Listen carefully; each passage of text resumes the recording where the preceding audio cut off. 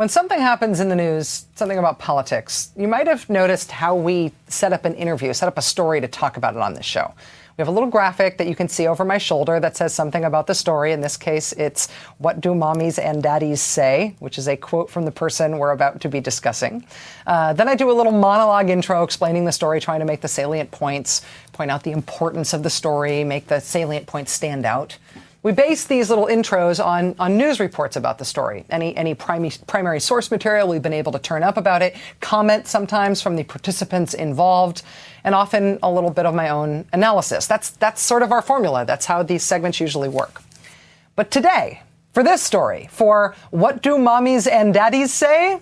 there is nothing that I can add. There's no way I can make this better or more understandable than just to straight up read you the lead from the Associated Press today. This is totally unembellished, unedited. This is it. The chairman of the House Armed Services Committee said yesterday that he thought the military should keep its ban on openly gay service members, in part because he did not want to open a national discussion about homosexuality. I'm not kidding. I'm not embellishing. This is seriously the story. Okay, the AP continues. The chairman, Congressman Ike Skelton, a conservative Missouri Democrat, said he thought the debate in Congress over the proposed repeal of the Don't Ask, Don't Tell policy might force families to explain homosexuality to their children. Quoting Ike Skelton, quote, "What do mommies and daddies say to their 7-year-old child?" Mr. Skelton asked. That's it. That's not me cobbling that together from various sources, trying to make the most dumbfounding point possible out of this story. That is actually what he said. The reason we're not repealing Don't Ask, Don't Tell straightforwardly, the reason the Democrats can't pass a straight-up repeal measure through the House of Representatives that they dominate is because the chairman of the House Armed Services Committee, Ike Skelton, is quite literally afraid to talk about the fact that gay people exist.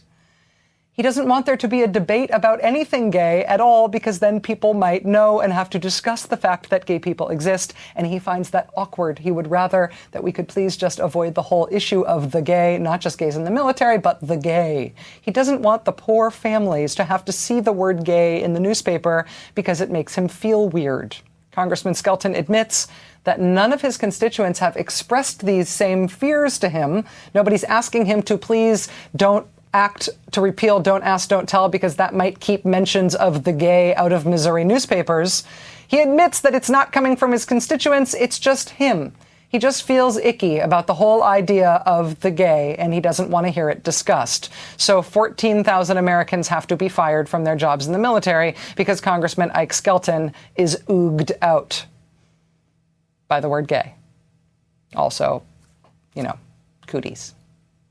Joining us now to discuss this brazen outbreak of leadership from the full-grown adult man who is the chairman of the House Armed Services Committee is Congressman Joe Sestak, who is the Democratic nominee for Senate in Pennsylvania. He serves on the House Armed Services Committee. Congressman Sestak, thank you very much for joining us tonight. I appreciate your time. It's always a pleasure being on with you. Thanks.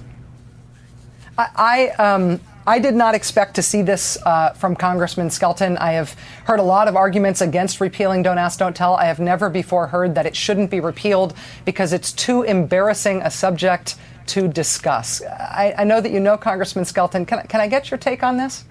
Well, first on Congressman Skelton, Rachel, he really is a very kind man. He's been a very good, as far as the professional side of the armed services, a mentor of mine. But I've been shaped by my experience in the military. And in a number of ways, I really do strongly disagree with Ike Skelton on this issue. First, I've learned that everyone is treated equal, and everybody is equal. Black, white, purple, green, whatever your orientation is, they are all equal.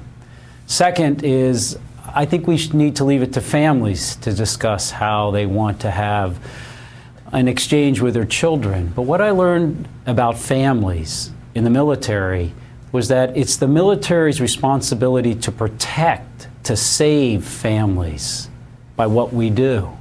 And the best way we can do it is to have the best of the best.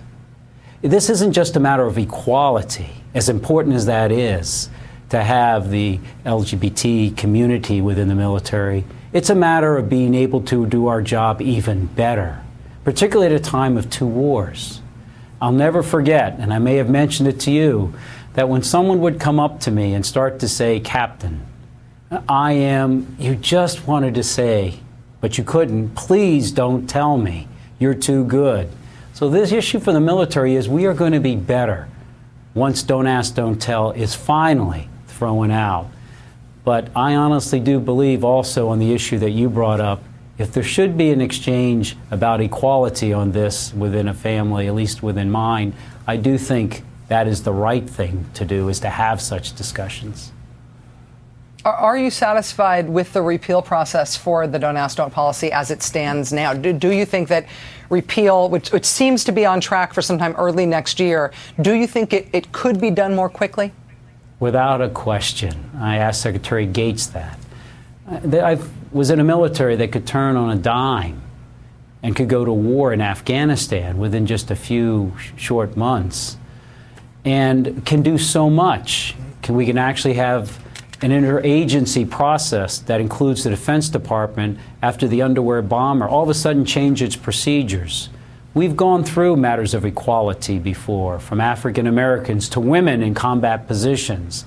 We can readily take those lessons learned and within, I believe, a few short 2 months, implement this. And this is particularly important because Admiral Mullen said it very well. You are asking people to lie. And this is an institution that prides itself on its integrity, its accountability.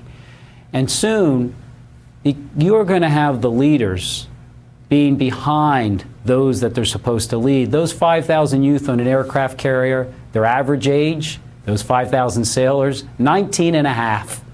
19 and a half. And this is not an issue for them. They grew up different than others in generations.